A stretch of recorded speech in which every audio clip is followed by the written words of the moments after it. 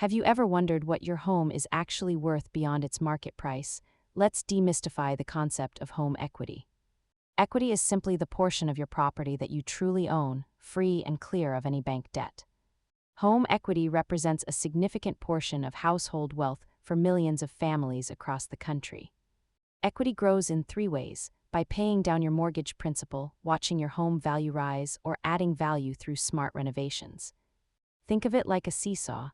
As you pay off your mortgage debt, your ownership equity naturally goes up, assuming the home value stays stable.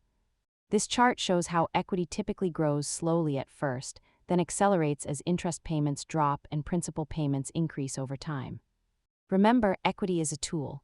Whether you tap into it through a loan or let it grow as a retirement asset, treat it as part of your net worth.